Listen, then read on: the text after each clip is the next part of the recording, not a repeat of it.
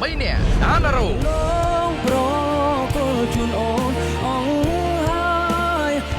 នៅបងចូលចិត្តសម្លេងដែលច្រៀងបទគេហើយមានភាពជាខ្លួនឯងចាហើយបងពេញចិត្តនៅការច្រៀងដែលមានអក្ខរាវិរុទ្ធច្បាស់សំសុផាន់ណា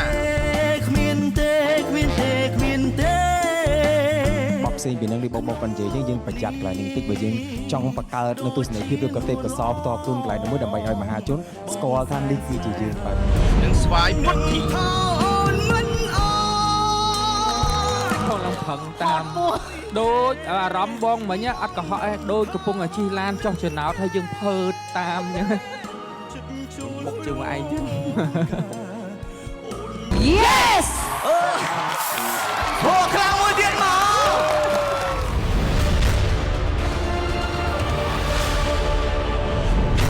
ជំរាបសួរបងជំរាបសួរណារ៉ូផាន់ណា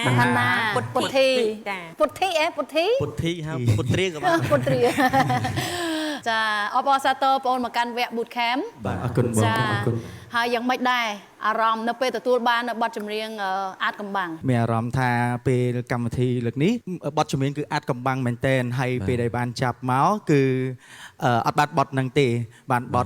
ទស្រីដល់ពេលបានបទស្រីទៅក៏ដើររកអ្នកដែលដៃគូជាមួយដល់ពេលដើររកដៃគូជាមួយទៅសិតតែស្រីពីរអ្នកទៀតសិតតែស្រីដល់ពេលអញ្ចឹងទៅអត់ទេបែរជារកដូរបទអីក៏មិនអាចបាទដូរតុងអញ្ចឹងទៅក៏ដើររកចុះឡើងទៅបានជួបខាងនេះបាទជួបវិស័យបាទប្រុសស្អាតបាទហើយក៏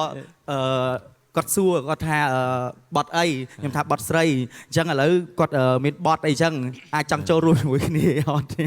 បាទអញ្ចឹងក៏រកដូរជាមួយគាត់បានចូលក្រុមជាមួយគាត់ទៅបាទប៉ុន្តែខ្ញុំអត់អញ្ចឹងទេបងខ្ញុំឃើញអាមួយនឹងវាវិលខ្លាំងជាងគេអីយ៉ាដល់ពេលខ្ពស់ជាងគេនោះខ្ញុំយកមួយនឹងទៅក៏ចំបត់នឹងហ្មងចឹងអត់ដូរចាប់មកចំបត់ហ្នឹងហ្មងបាទចំហ្មងខ្ញុំបិទភ្នែកឲ្យស្រមៃចាប់ពឹបមកចង់មកដល់បាទ